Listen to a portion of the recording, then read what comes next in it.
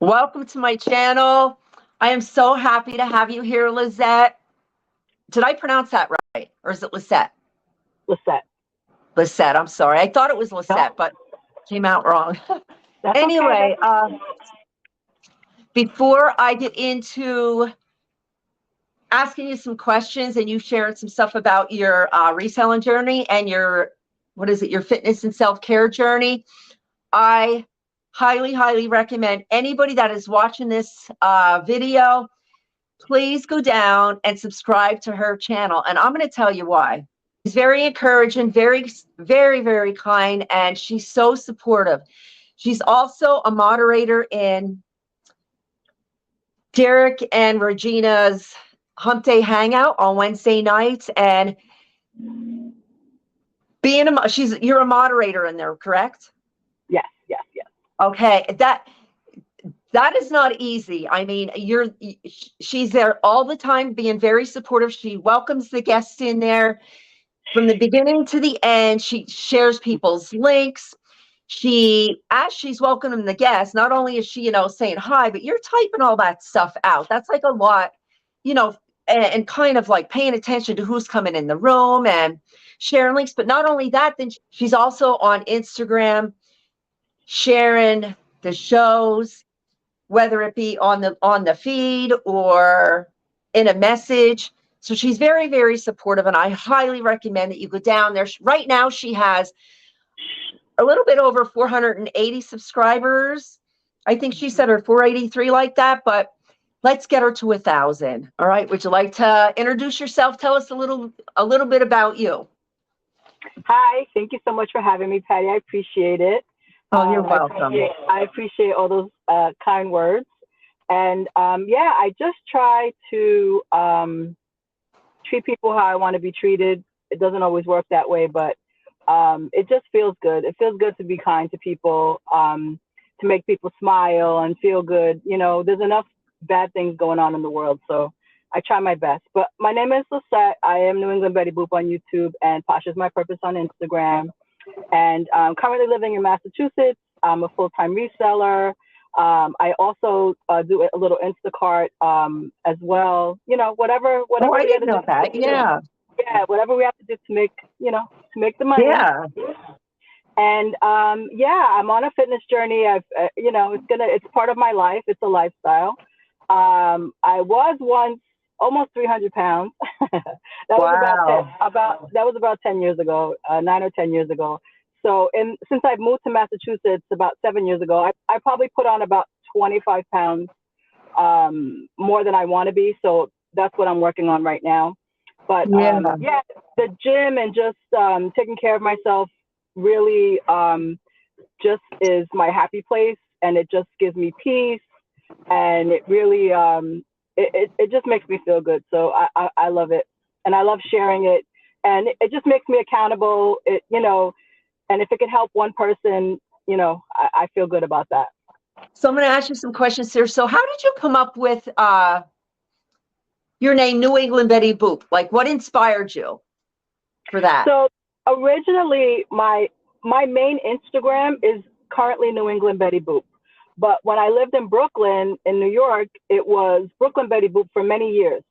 So that was my original name or handle. I didn't have a business. I had a daycare, but not like a business that I was doing online or anything. So when I moved to Massachusetts, I didn't want to get rid of Betty Boop because my friends gave me that nickname in high school. My hair was really short. I looked like Betty Boop. So it kind of has been with me since I'm like 16 or 17.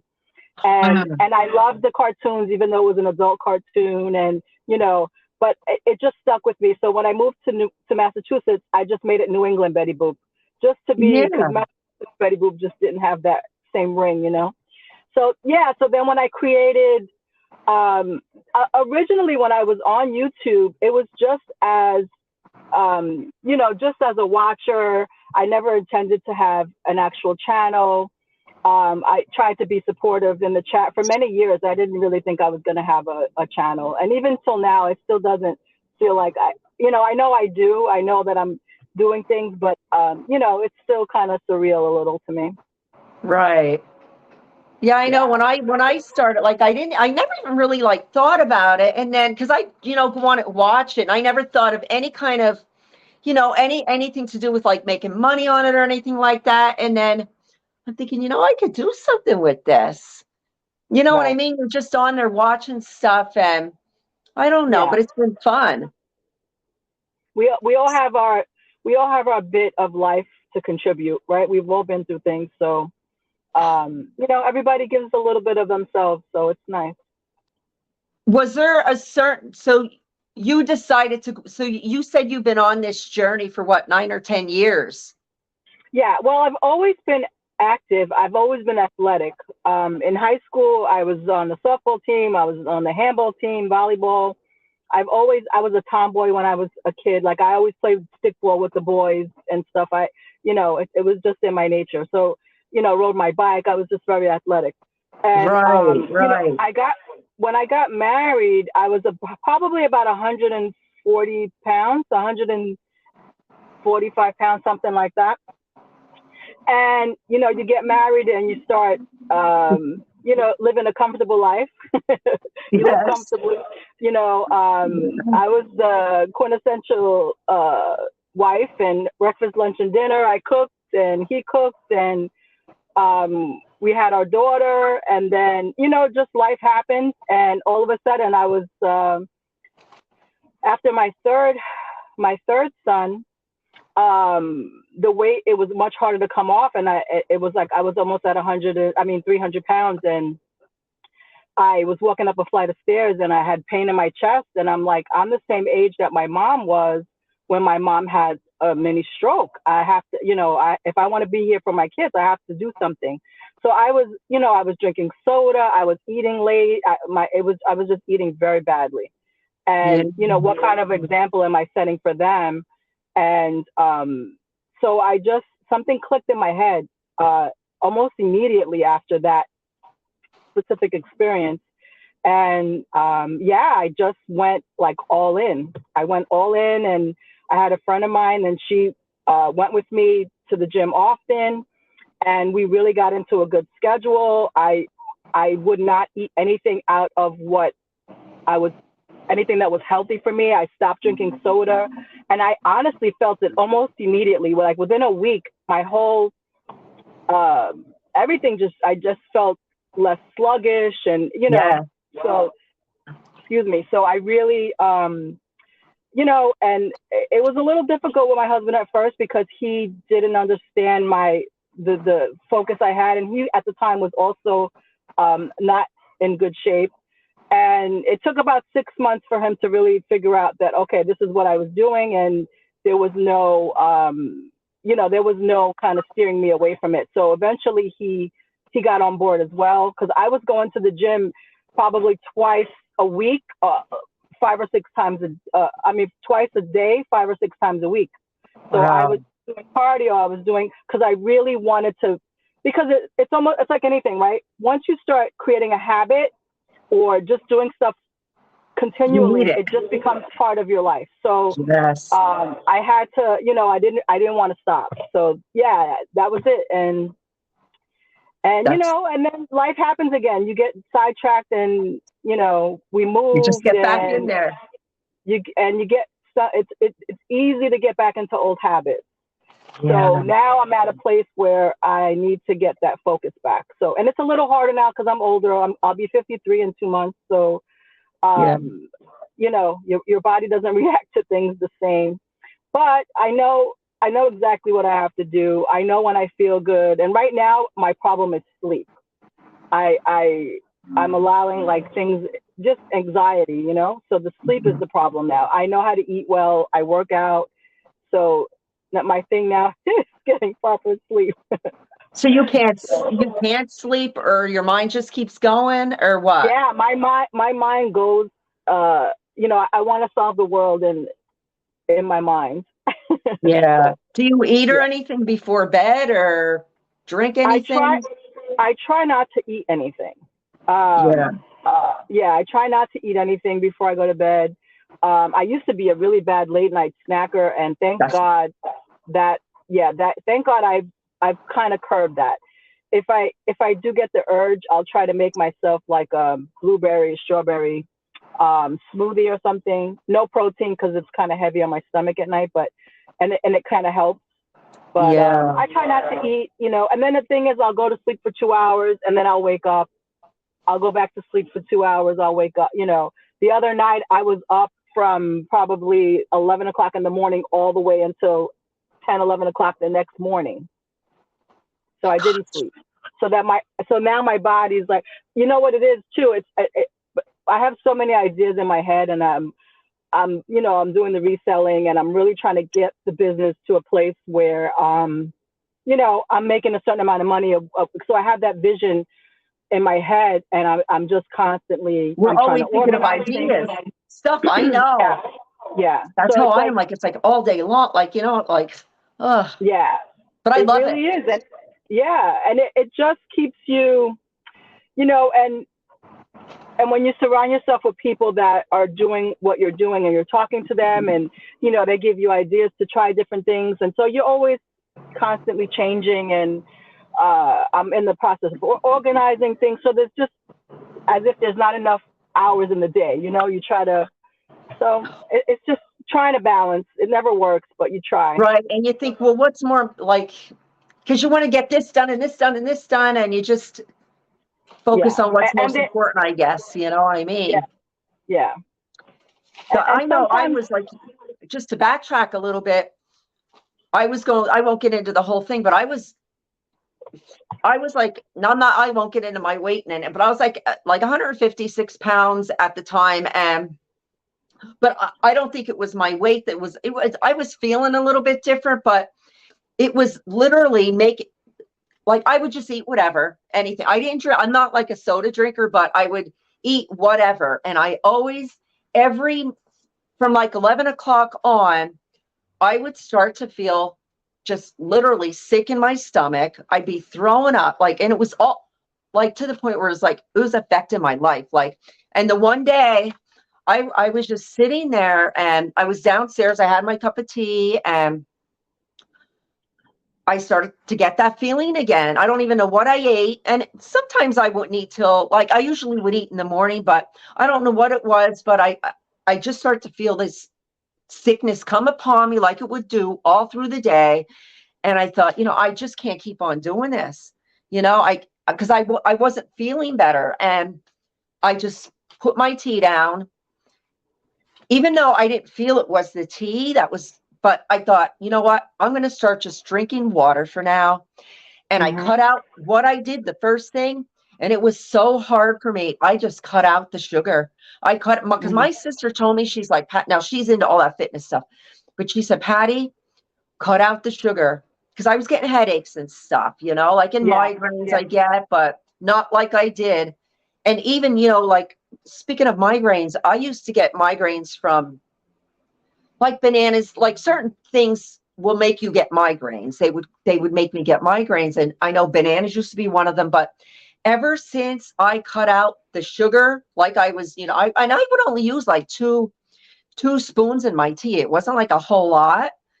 Right. But when I did that, literally my weight, start coming off, not that I was, but still I started to feel better. It was amazing. And I cut out a lot of the meats and a lot of I would make avocado with some spinach and stuff like that. I started to eat better, and I started to feel totally different than the way I was feeling.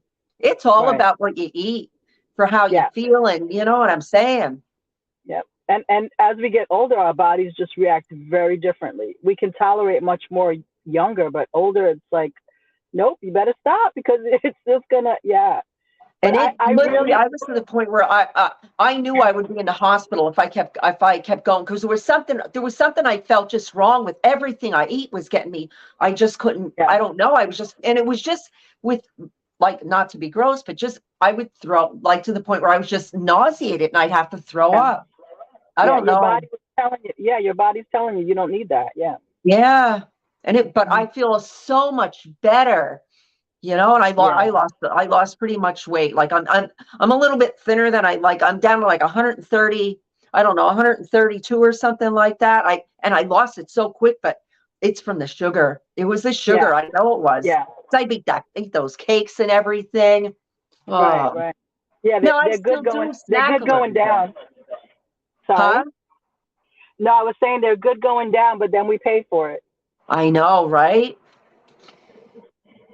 So now what's the hardest part for you with your fitness and stuff? Like with your fitness and your eating, is it the exercising, or is it like watching what you eat? Because I know it's hard when you have to go to the grocery store and decide what you're going to get and everything's not healthy. Yeah, well, it's funny because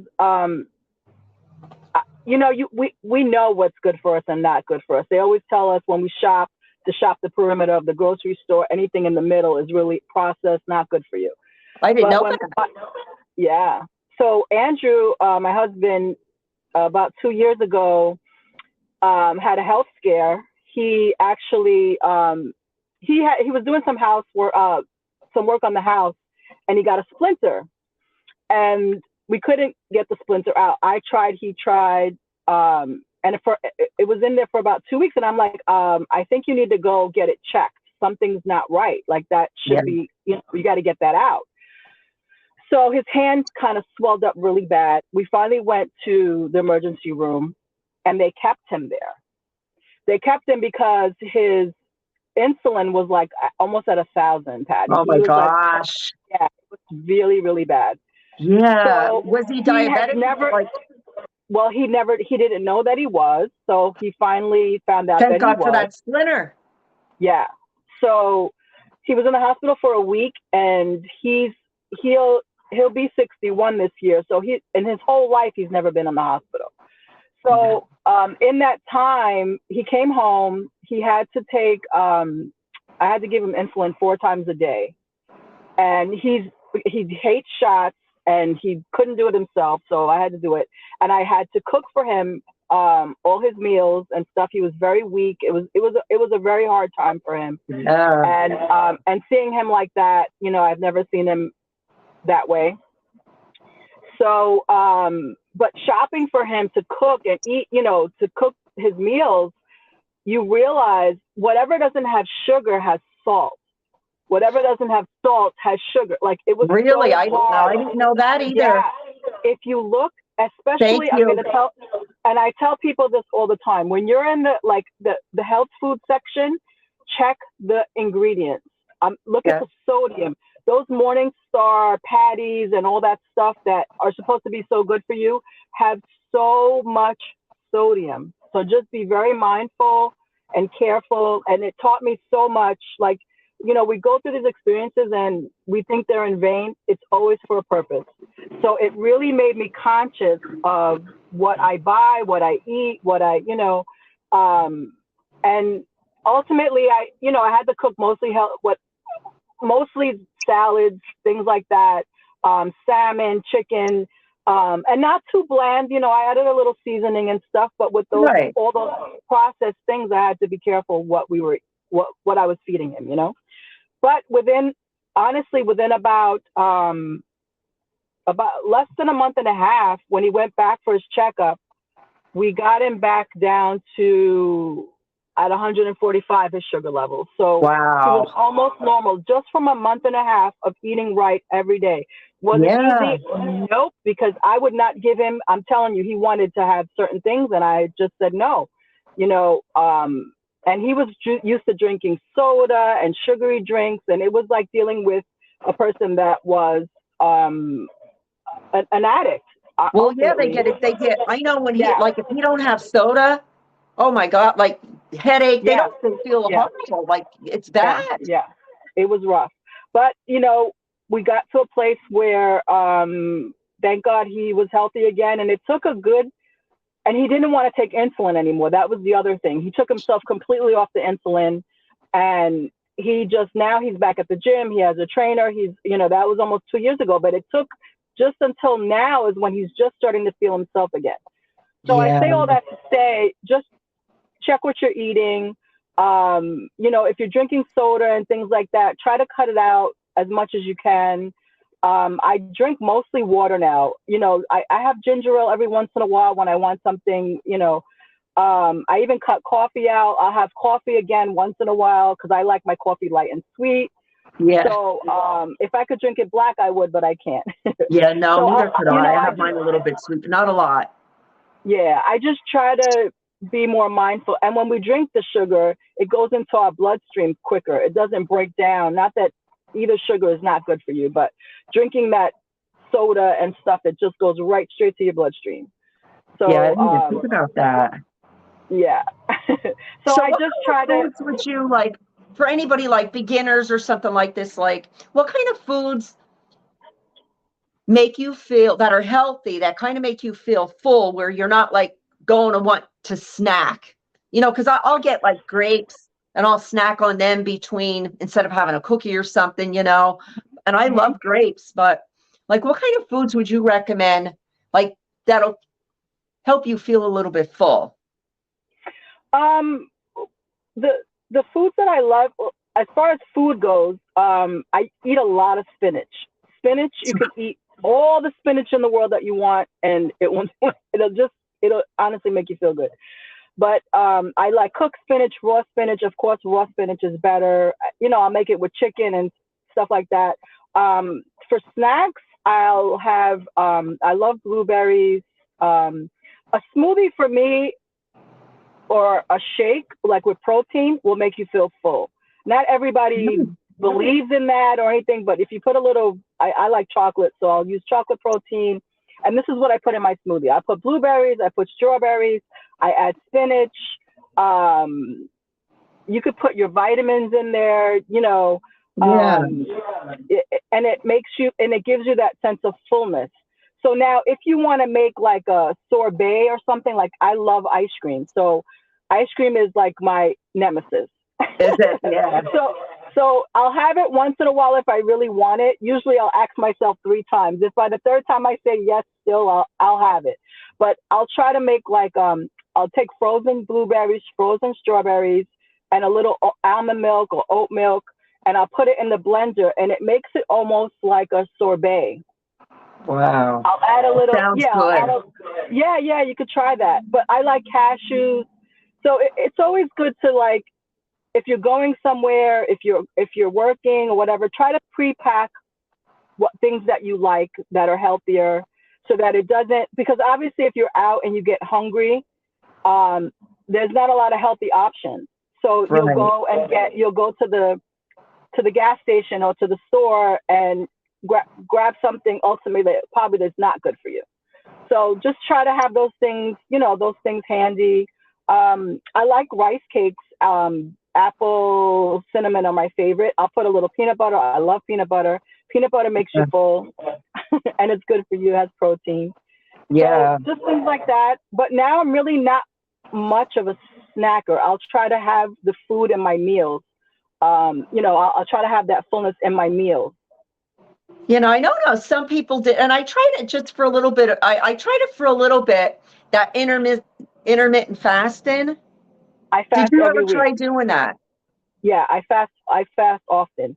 So I'll Hmm. probably 2 or 3 times a week. I won't eat from 12 o'clock or 11 o'clock the night before until Hmm. 11 or 12 o'clock in the morning, sometimes 2. I'll go to the gym and have a workout. I'll drink just apple cider vinegar tea with lemon in the morning. I'll go to the gym, and then when I get back, I'll have my first meal, sometimes 12, Yeah. 1 o'clock. Yeah. But And is that like a big site? Like, do you eat 3 times a day then, or is it just um, I try to eat 3 times a day, but when I fast, I eat twice a day. right? Yeah. Right. And Yeah. now Ramadan is coming up at the end of the month, and a lot of people think that it's obviously it is a Muslim holiday, and they do fast. They fast for a whole, I believe it's 30 days, and so they don't eat from sun up to sundown. But a lot of people that are not Muslim also fast during that time. It's just a good way to cleanse your body and get yourself ready for the new season, for just to get rid of all those toxins. And I highly suggest it. Just not, if you're not used to it, just be mindful, be careful, because Yeah, you or will let their get. doctor know that they're going to be doing it or something like that. Yeah, Just yeah, they're on yeah. some kind of, medical I would just regimen be, or something before they do yeah, it. I would just be mindful, but it's definitely worth it to try. Yeah, And it's really good. It really clears your mind. Yeah. I think so too. Let's see here. The same with the sorbet, or what else? I'm trying to think Do you have of, do you have favorite fruits that you like to eat? well, a blueberry. Well, spinach is my favorite vegetable. Spinach and broccoli. My favorite fruits are blueberries, bananas, strawberries, Yeah. raspberries, the berries, You don't all the eat cakes berries. or you don't eat any kind of cakes or any of that kind of stuff at all, or sometimes you do? I'll have a cake once in a while. I'm really not a cake eater. I'm a cookie eater. I'm a sucker for a good chocolate chip cookie. Oh yeah. And I like yeah, and Oreos. Andrew's a baker. I used to love Oreos, but I don't know. They've done something to them in the past few years. They taste Did different. they? So, or maybe it's because I'm not used to all the sugar now, so it just tastes different to me. It But does, yeah. yeah, Andrew's a very good cook. He's a good baker, and he makes chocolate chip cookies. And I'm like, please don't make them now, because I Especially don't want to eat homemade them. ones. They're like the best. Yeah, yeah, You know it. Oh my gosh. My mom used to yes, make them. Oh, yeah. And I used to like cheesecake, but I'm not so much anymore because I'm from New York, so we had oh my God, now I'm gonna forget the name. People are gonna tell me what the heck is wrong with me. Oh, Junior's Cheesecake, and it's famous in New York. So yes. kind of going anywhere else having cheesecake is just not the same. But I'm not a cake eater. So are you strict on with your routine with your exercising and your eating? Are you very strict? Like what's your routine with your exercise? How is your No, routine? well now I'm not strict, because if I was strict, I would be at the weight that I want to Right. be. You have an But excuse today. yeah, so I really just I'm at a place now where I do the sauna 20 to 40 minutes a day, 5 or 6 days a week, depending on how the week goes. And my workouts are anywhere from an hour to an hour and a half, at least 5 or 6 days a week. Now, when you were a beginner, excuse me? No, go ahead. I'm sorry. No, that's okay. You were saying something and I talked. So when you were a beginner starting your exercises, was there has the exercises changed from Oh the yeah, ones definitely. when you used to do? Definitely. Like, Yeah. I think even now, you have to keep constantly changing and doing different things, or generally I'll do 3 sets of 20 for a couple of weeks, and then you have to change it and do either 4 sets of 15, or you have to change it because your body starts, the muscles start remembering what you're doing, and it kind of is not as effective. So you yeah, I definitely have watched to. huh? I No, go watched ahead. I'm one of sorry. your, I think it was last night, I think it was the shorts. I don't know. But I think you were doing something going around your back with something. What was that doing? Oh, You the were holding roundabout. I don't know what The it was. kettlebell. It was a kettlebell. Yeah, yeah. It's the roundabout. So the kettlebell, you have to just. It's for your core. It's a Oh, I good. was It's a wondering what good. part of your body it was working out. Yeah, yeah, yeah. It's for your core, your arms, because you're working your arms. But you stand at a you suck everything in. You bend your knee a little bit, and you just keep your torso straight. And yeah, it helps with your core. It's actually better than doing squats. I mean, not squats. It's better than doing sit-ups or crunches. Really? For anyone that has like a problem doing crunches and sit-ups, and it could get monotonous. You could hurt yourself doing Right. it. Not everybody's comfortable. So I've been learning different ways to do, because that's where my biggest struggle is, my midsection. So I do a lot of those. Yeah. I think all women struggle with that. I think that's just as being a Yeah. woman, especially after when you get to 40, like I'm like the same age as you. I'll be 55 in May. What's your birthday in May? May 26th. Oh, you're May 26th. Mine's May 9th, but yeah. So let's see here.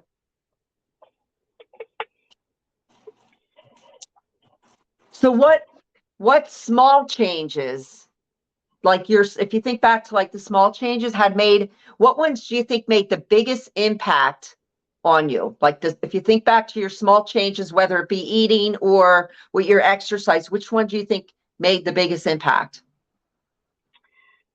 Which we may have covered it, I'm not sure. That's okay, because you can't say it enough, I don't think. But the main thing is the sugar. There's been times where I completely cut out sugar, but I've gone back. But stopping to drink soda or sugary drinks was one big one. Excuse me. And another big one as far as fitness goes is even if you just do 15 minutes a day, because I started off just doing a few minutes a day. Oh, I'm sorry. That's okay. I started off just doing 15 minutes a day, and then you work yourself, you work your way up. I would say not worrying about what anybody thinks about what you're doing, because as much as people love you and they want the best for you, they will sabotage what you're doing, whether it be in fitness, whether it be in your business or starting a new business. Whatever you're doing in your life, people will try to sabotage you, not even realizing that they're doing that. So yeah, with the fitness and with eating right, you go to your family's house and they try to force this food on you and they are insulted because you don't want to eat, and don't listen to it. Don't fall for it. Respectfully just say, this is what I'm doing. Try to eat before you go places that there's going to be a lot of food that might entice you. Try to go there and have eaten already, and just respectfully say, I'm sorry, but this is not what I'm eating now. And just know in your head that you have a greater purpose than what is in front of you at the moment. Right, So yeah, right. those three things for me. Let's see here. What was the hardest thing you had to give up eating? Not that you don't like, what I mean? Because I'll have snacks and stuff, but I'm mindful of the junk. I'm mindful of you know what I'm saying? Yeah. And for me, it's not really snacks, it's food, fried food. So fried food or pork. I don't eat pork anymore.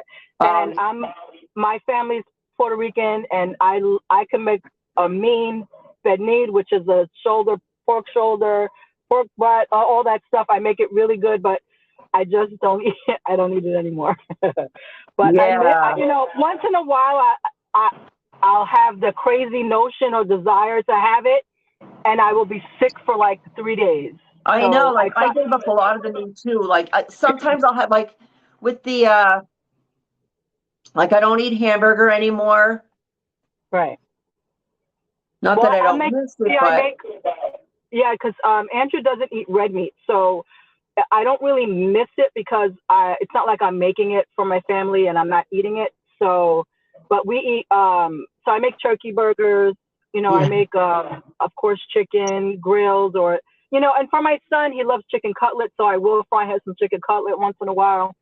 But we eat salmon. We try to eat those those things. But giving up, the fried stuff. And so once in a while I'll have it, but again, I'll pay for it because my stomach is just not used to. It's not used to it. Yeah. How old is your son? So I have Lissette Jr. She'll be 27 this year. My middle son Andrew Jr. will be 24, and Aiden will be 16. Aw, is he still in school? Yes, he's in 10th grade. Yeah, he's in 10th grade. All right, let's see. All right, so I guess we'll talk about some reselling here. So do you back to this, but do you set goals for yourself? for in For your, general. for your diet and exercise kind of stuff. Do you set goals? Yeah, well, right now, we have, Leroy, Blood, Sweat, Cell. Leroy and I have, Yeah. we have a small fitness group. And, we try to encourage each other and just, let each other know what we're maybe eating or what we're having struggles with. And I feel like it has helped me kind of keep on track, even though, we all fall off and stuff. But I do Right. try to every week just say, okay, what did I do this week that I'm not so proud of, that I'm not going to do next week, just things like that. So I do try to set small goals. If I can lose a pound or two a week, I'm happy. And, and like I said, the hardest part for me is the sleep. So I'm trying to set myself, I'm trying to, I feel like I'm being my own mother, but, trying also not to put too much thought in it and know that maybe it's just a season, because it's almost as if your mind knows like spring is coming, like get this shit done. Oh, sorry, I cursed. No, that's fine. I don't. Get this stuff done now because spring is coming. Like, you got to get, things in order and, so it's like almost like a time crunch. But, just don't be hard on yourself, set goals. And if you don't meet them, just try It's harder next okay. time. Like, who cares, eh? Yeah, Try just better try next harder. time. Try harder, yeah. Or you might get to it kind of a different way. Maybe the approach was not the right way for you at the time. So yeah, I try to set goals, and I beat myself up about it, but I try to give myself grace when I can. Yeah. I don't really set too many goals. I think about them, but then I'm like, I should really do that. I should try it, but I really don't. Well, I go through periods of doing things, but I did start journaling again and reading 20 minutes a day. It has given me like a sense of peace and kind of, and I don't read like novels and things like that. I read self-help books. I love astrology, things that just kind of, and just 15 to 20 minutes a day, just to kind of, just to set your mind Feed your right. mind. Yeah. Yeah. I used to read all the time. I would live at a library if I could. Like used to love to read, but then the internet came along, and it's like I could just look up stuff if I want to read it now. It's much easier than going to the library, even though it's different. Yeah. But it just, I could just, Yeah. But and I'm not an avid reader. I never have been. I go through periods. I love like short stories and poems that, I used to write when I was in high school, and I'm very creative that way, but I could never like get into anything. Reading in school was like a chore for me, but, I enjoy now just going through, I'm reading, Eat That Frog, just things about, not procrastinating about stuff, and just, stuff that is like helpful. That. Like you feel just a different perspective on life and what they went through, and not necessarily that, or, how they tackle certain things, and, you try what works and take what you can from it, Yeah, I know. And sorry. And journaling, I like to like write, not necessarily, not write a plan out, but I just like to, if I have an idea, I'll just write it out, and I might look back on it, in a month or two and see how it worked out. Did it, did I try it? Yeah. Things like that. So just, if you have an idea, write it out. What do they say? Write it, say it, write it, think it, write it, say it, and it will come to pass. So I try to manifest things.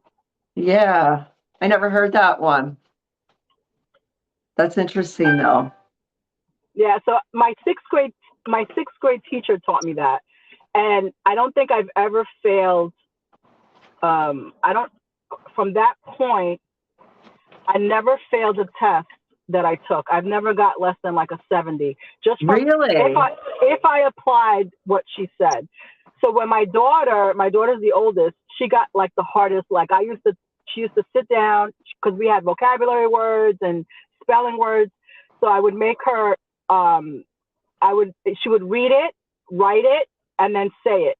So she had to read it a few times, write it 20 times each, and then say it, like read it out loud. And she would get hundreds on her test all the time. And if I tell you, she would fight with me about doing it. But she's 20, she's 26 now. She's like, and a couple of years ago, she's like, Mom, that's the best thing you've ever taught me to do that, because she applies it to herself now. And it really helped her. Like anything you want to learn, information. Yeah. Anything you want to learn, it's the best way to, in my opinion, it's been my experience to do that. Yeah. Well, thanks for sharing that. That is, that could be used like you said, in any part of your life, really. Yeah. Okay. So we'll talk a little bit about reselling now. So what platforms do you sell on? I started actually on Macari, and then I kind of gave it a break. And then Andrew convinced me to start on Poshmark because he knew I liked the social media thing, and Poshmark is very social. So I opened a Poshmark, and then so I sell Macari, Poshmark, and eBay now. Now, does he sell on? Does your husband sell? Yes, he is a seller. That's good.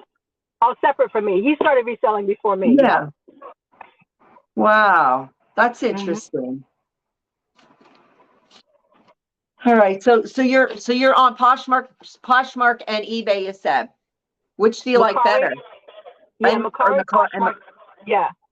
So Poshmark will probably always be my favorite, but eBay is really slipping in there. So I have a love-hate relationship with eBay probably for, I'd say, 4 years or so. Oh, I know. So I gave it up for a little bit, but then about 2 years ago, it's going to be coming up on 2 years, I found some discontinued Nexus hair products. I found 3 bottles, which I thought were shampoo for my hair. So I bought them. They were $3 a piece. It was the big bottle. I was so excited. So I get to the car and I Google Lens them. And as I'm looking at it, I looked at it to put it away, and I realized that it was for hair that was thinning, which is not my problem. So I was kind of disappointed. I was like, I'll just resell it. So I Google Lensed it, and each bottle, Patty, was going for $299 plus tax. Oh my gosh. So it was my son's birthday. That day we were doing the party for him.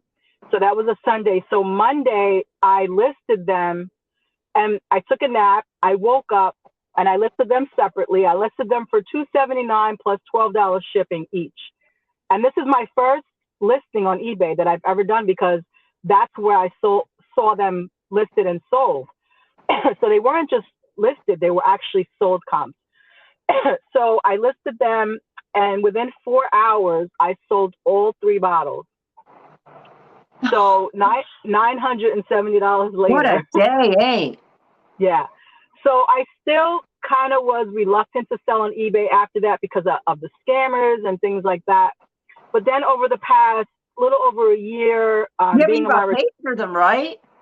Oh yeah. I packed them. I recorded myself packing them. I got paid for them. But then why were you deterred? Or unless I didn't hear something right. No, it was because of the scammers. Like I would get like a lot of messages from people. Yeah, so I was kind of still a little hesitant.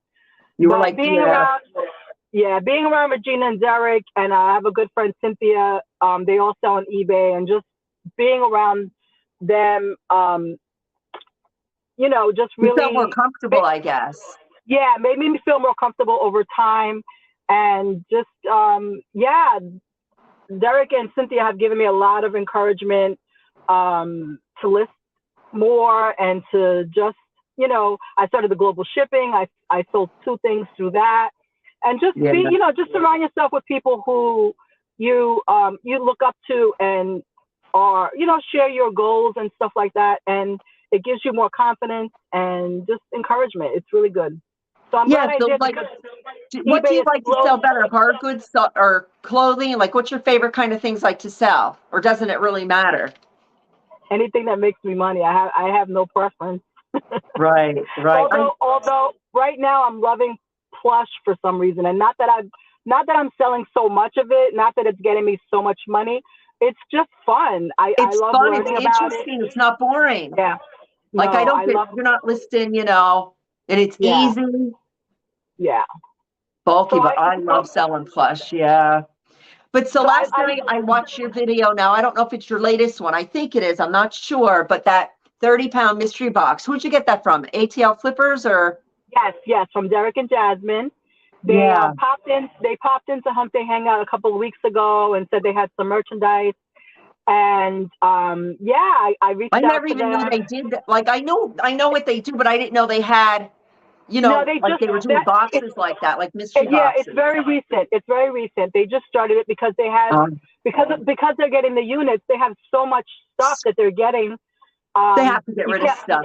Yeah, you can't possibly list it all. So they decided to start doing mystery boxes, and it's great. It's great for us. It's great for them, Yeah. and I love them. I got to meet them in person as well as Regina and Derek in October, and they're amazing. Just as amazing in person as they are online. I'm sure. Yeah. So I know that because I know with clothing, it's a lot of work with the steaming and stuff. And I don't know if you steam your clothes. Like, not everybody does. Some people do. If you buy something from me, it will be washed and it will be steamed. I will I was not. just going to Yeah, ask you that because I used to sell. Now I sell clothes, but I'm not like that's not my thing. Like clothes, yeah, but when I first got started selling, I was selling vintage lingerie, and that's always wrinkly. And I was like, so like this hat that you have to steam that stuff and wash it, and yeah, because that yeah, matters what people see. I truly believe like that yeah. kind of And stuff. when But you just the whole for me because I really started on Poshmark. Although Macari was my first platform, Poshmark is what really taught me how to be a reseller. So I yeah, opened an Instagram because of Poshmark. So that's why Posh is my purpose. It's different than my New England Betty Boop. So that Instagram was created for Poshmark. So yeah, Poshmark really taught me how to be a reseller. It taught me that there was a reselling community. I've always been a gifter.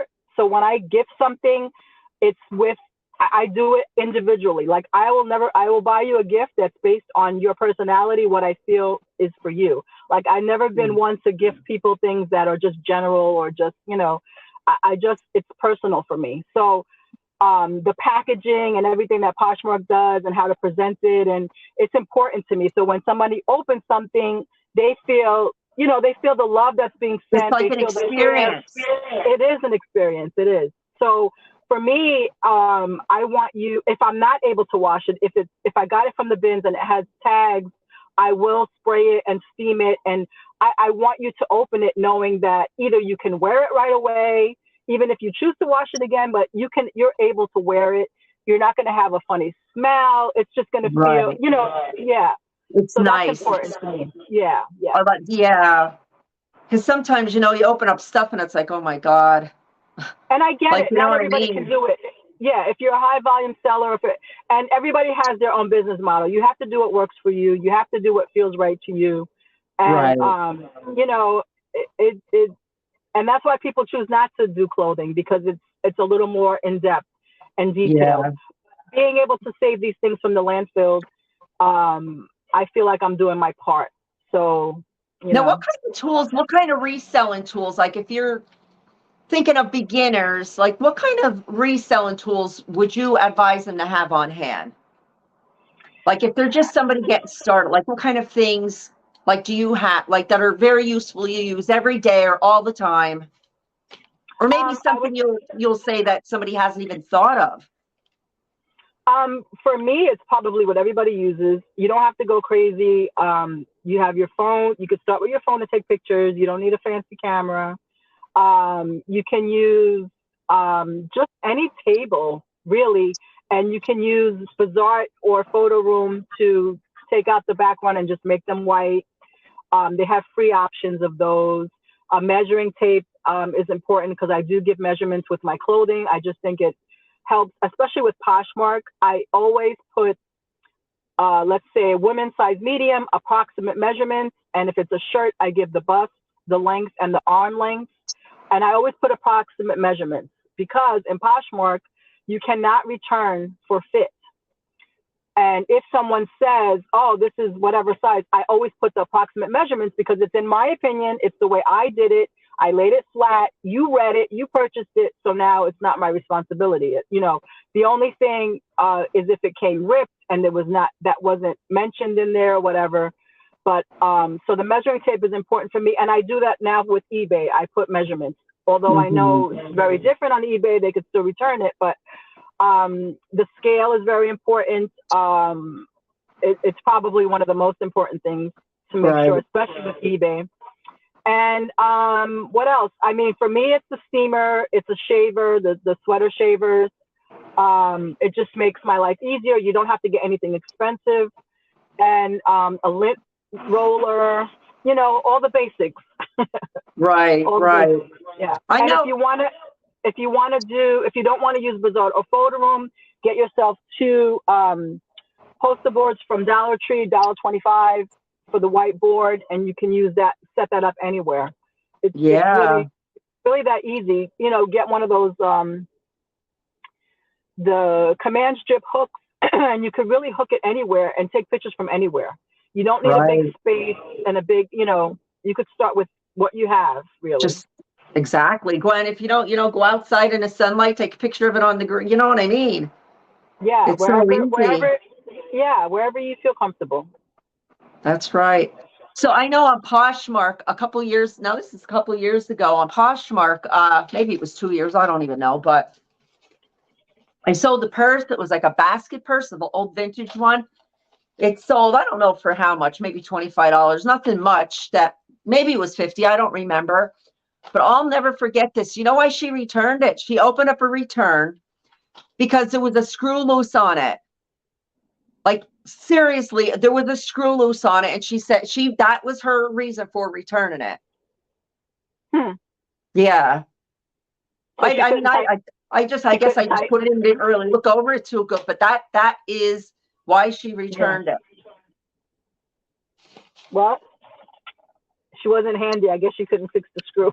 Yeah, it could have been an older person. Who knows? Or not even an older person. I shouldn't even say that. But who knows? People, whatever. Yeah. If she wanted bad enough, she would have fixed it. Right. So what was the most profitable thing you ever sold? Oh, those shampoos by far. The shampoos. Yeah. So now, what is your routine like? Since you do what's your routine with with your listing and stuff involved? What is your routine with everything? Okay, so for anybody that knows me, I'm a winger. I cannot live on routine. Like it's just not in my nature. So I'm a winger. Today I'll wake up and list 20 things in the morning. Tomorrow I'll wake up and list 20 things at night. Like, it just depends on how I'm feeling in the day. I'm definitely a winger.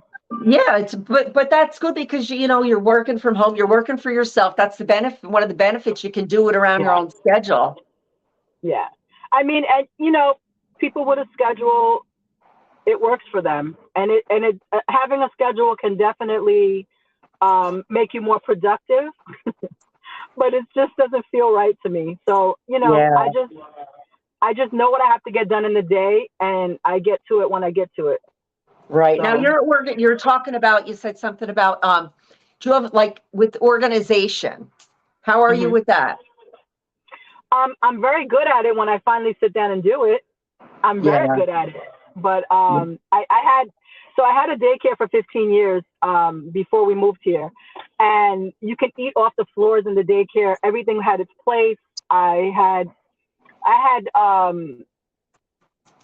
kind of the same way I was now. I was a winger, but I had everything organized the way it needed to be because I was taking care of children, and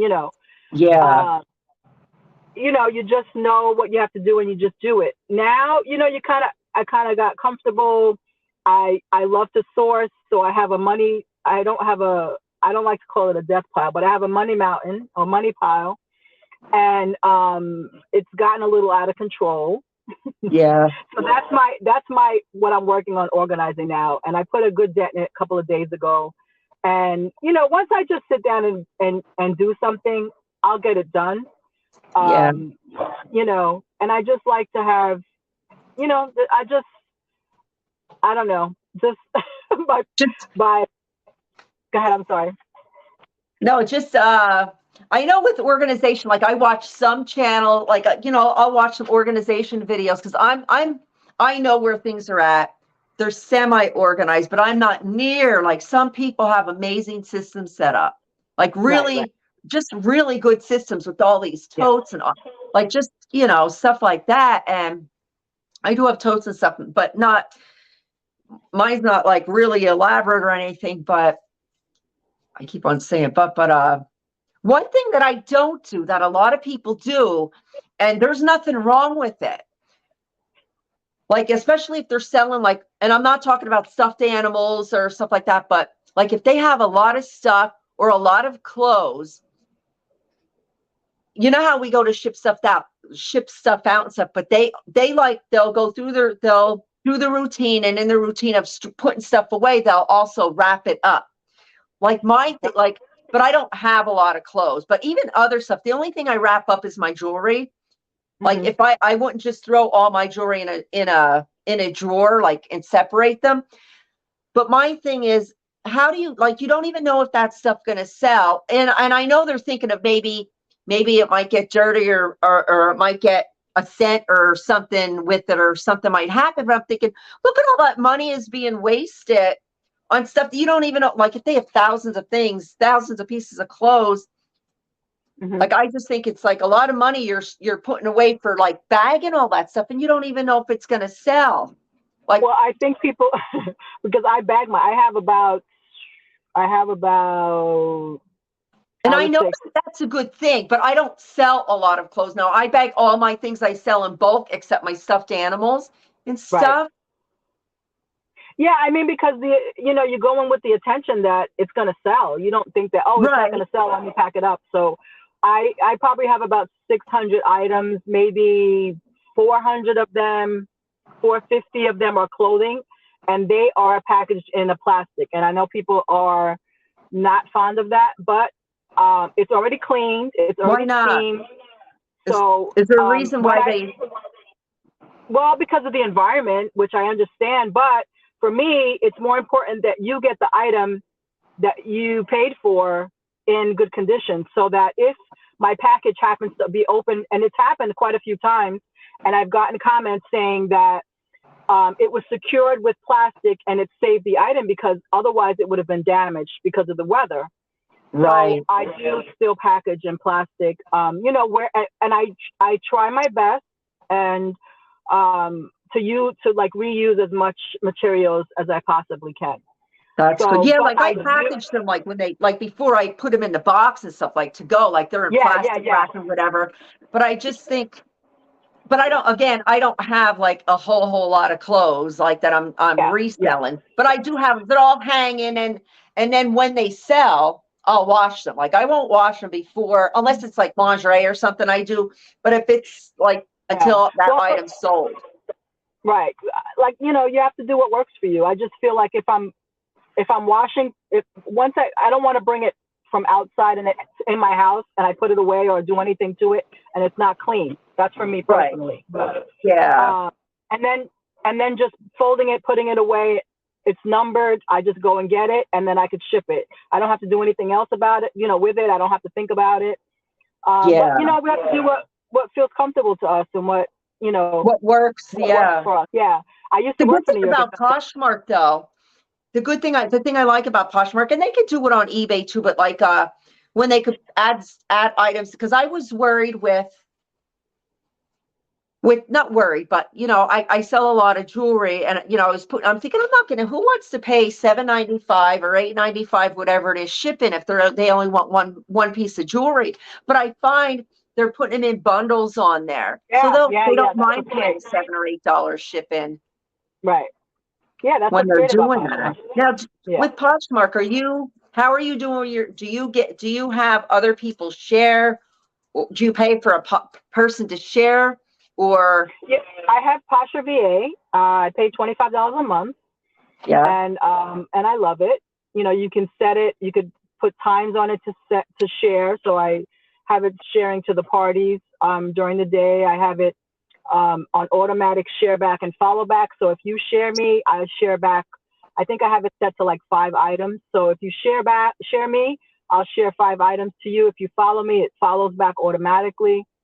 I have it set to follow, I think, 10,000 people a day. So yeah, I love it. Were And you it does, you ever banned from there? Like I not was, banned, but what? I know I got for some. I don't know what. Oh, I turned on. I had one of those. I was on one of those like a listing thing, and or like I don't know if it was Prime. I don't know who it was, Prime, whatever it was, but I must have had it set wrong because I never did it before, and I had it set too high, so it would share my closet. And then the next thing you know, I was only banned for, it was only like 72 hours, or maybe it was only 24 hours, but I couldn't list. I was able to see, and if I want to buy something, but I couldn't list anything.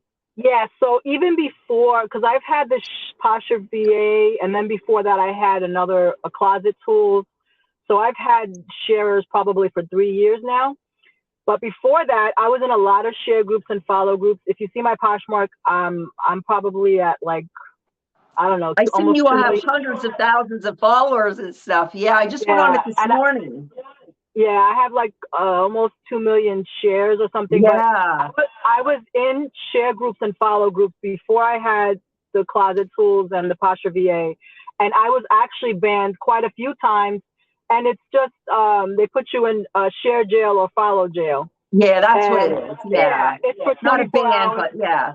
Yeah, it's 24 hours, 48 hours, and then you can share and follow again. But now I have it set to where it's not too crazy, you know, because I was sharing fast and I could follow fast on my own, but it just saves your time, you know, so you don't have to sit there and do it. And it sets offer the likers for you. And then I have Vendu. I use Vendu to cross list.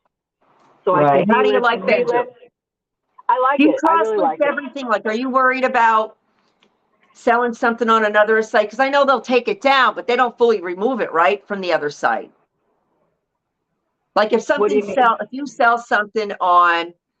Oh, if I sell, it happens to me not often, but it happens to me once in a while. I have Vendor on my phone now, so if I sell something, I can delist it from my phone, and it takes it off the other platforms. But every once in a while, you know, I'll forget, and then it sells again. But the only one you have to be mindful of that with getting a ding on the account is eBay. I know. But generally, if it happens, honestly, I was just talking to a friend of mine yesterday about it. If it happens, I'll just reach out to them and say, listen, I have a few other things here. You can choose from that. I'll give you a good price or the same price. And generally, they'll buy something else. Or if not, they'll just say, no, thank you, to cancel the sale. But just to reach out to them, good customer service is always important. Right. Like sometimes I know what I'll do. Like if it happens, like say I can't find something or another, I will offer them like a credit for like maybe $10 or $20 more, because it ain't like I paid anything. You know what I'm saying? I'm saying I'm sorry, I truly apologize, but here's a credit. I'm just honest with them, and I got taken up on the offer, Yeah. Generally, people are good. Yeah. How often are you sourcing? Right now, I'm on a buying freeze. So my friend Cynthia, she's a good friend of mine. She's actually lives in North Carolina. I've met her twice. She's amazing. It's the Lady Hustle. She comes to Hump Day Hangout. She's been on Hump Day Hangout. Yeah. And I have to subscribe to her. Send me your name again, because I just forget. I will. She's amazing. So her story's amazing. Definitely check her out. But so she tells me, and it's funny because I have tons of inventory, and she's in North Carolina, and she has a hard time finding stuff. So I told her, okay, I have to tell you, I'm not sourcing, I'm not doing this until I list, whatever. So she always tells me, beautiful, don't go sourcing, don't buy anything, don't. So I'm on a sourcing freeze. So I can't go to Whatnot, because Whatnot is addictive. I start buying stuff because I'm trying to support my friends. I'm trying to, So I'm on a little buying freeze right now, and I'm doing pretty good. I've been listing. I'm almost at 500 listings on eBay. That's good. I'm almost at 600 on Poshmark and Mercari. So we're getting there. But generally, what I want to do now is work on, I have tubs in my car that I'm taking to Plato's. I'm trying to liquidate a lot of my inventory. And now that we're coming into spring and summer, they're taking a lot of that stuff. So if I can make a few bucks and, so why not, eh? Take my money pile down. Eventually, once it's down and I start sourcing again, I want to go to the bins exclusively. On occasion, if I find something at Goodwill or Salvation Army or something, but I'm trying to exclusively go to the Goodwill bins because the, cost of goods is amazing. You can't beat it, Yeah. Although I am in Massachusetts and we have amazing tag sales and yard sales and church sales. So we do find stuff occasionally from those, which is great. Yeah. Church sales are the best. Like, they're good. Church sales. Yeah. So the spring before last, I went to a church sale.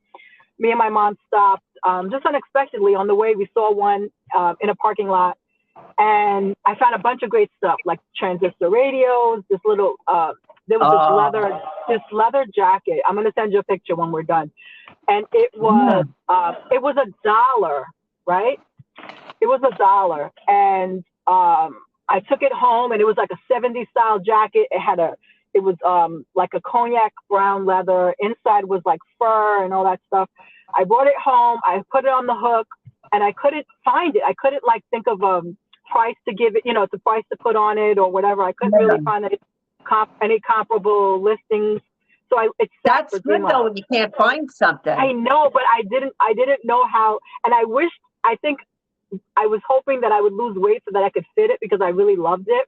So it sat for 3 months, and then I said, you know what? Let me take some pictures of this thing and get this thing put up already. So I took pictures of the outside. I turned it inside out to show that it had the fur zip. You could zip it in and out. And I checked the pocket inside. I was like, oh no, gross. I thought it was tissue. I pulled it out. It was $179 in the pocket.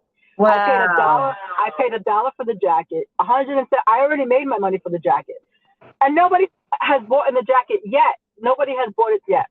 Oh my gosh, the jacket that you have. It's not sold yet. No, but I'm gonna. I was thinking just yesterday. I was like, I have to relist it. It's a really cool jacket. Especially from the 70s. If it's something from the 70s or something, you know. Yeah. Was the shampoo, was that the first items that you sold? Whatever that, like, what got you into reselling? Like, how did you start it? Oh, do you remember? Andrew, Andrew encouraged me to start. The thing is, it was kind of it wasn't really what I thought was reselling, but my daughter's 26, and before she was born, we used to sell at flea markets. So we would load up the vans and go to flea markets, set up and sell our stuff. We would buy stuff wholesale and sell it. So we've always been, reselling. We didn't know what it was at the time. Yeah. I used to, I worked at corporate jobs. I worked for utility companies, and I used to buy handbags and accessories and stuff like that and sell them for the holidays. Make gift baskets and sell them. Any way to make a buck. Always selling something. That's how I was. I think I was around 9 or something. I don't know if you remember, but I don't remember the name of the company, but it would come in the mail, and it was like a book, and it was filled with cards, like Christmas cards or birthday cards. And I used to go around door to door, getting orders for these Christmas cards and birthday cards, whatever they were. And you would win prizes. Like, I remember I won some headphones, and I was always selling something over the years. Avon, freaking set, like always something. Scentsy. besides, the nursing and stuff, but something was always on the side. Yeah. Yeah. In high school, I think even in junior high school, I would buy candy and drinks and sell them, sell them to people too. Supposed to make more aid. That's it. Yeah. Do you do the live past shows at all? I haven't done any live shows. Yeah, neither have I. I see them. I looked at a couple. I don't stay in too long, but Yeah. are you going to do that. them? So why don't you're on? So you didn't do Whatnot either then yet? No, actually, I applied for Whatnot over a year ago, like before, because Whatnot's been around probably 5 years, I think now, or something, 6 years maybe. Wow. So it's not new. It's not new, but It's people, just new to, I guess. Yeah, people had this like frenzy over the past year and a half that it's so new and they were like freaking out and stuff. But I had applied for it over a year ago and they didn't approve me. Oh, I didn't know how to apply. I did sign up for them, but I didn't know there was another applying to sell. Yeah. And then you have to apply to sell. I didn't know that. Yeah. Well, and now I think it's a little different. It's a little easier to get in. And they actually reached out to me probably 2 or 3 months ago to sell on there, and I said no, thank you. Yeah. I'm good. Yeah. I'll just buy stuff there. I'm really I enjoy the Whatnot shows, especially past shows. I'm really not crazy about. I don't know. I just don't. It doesn't do anything for me.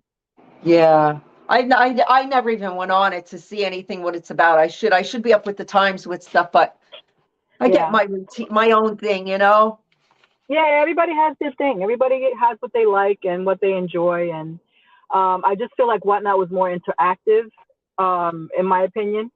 Yeah. And yeah, I don't know. And I'm really not on Whatnot. I'll support people that I know, but that's about it. I really have no interest in doing live sales. So how did you meet? Yeah, Regina and Derek.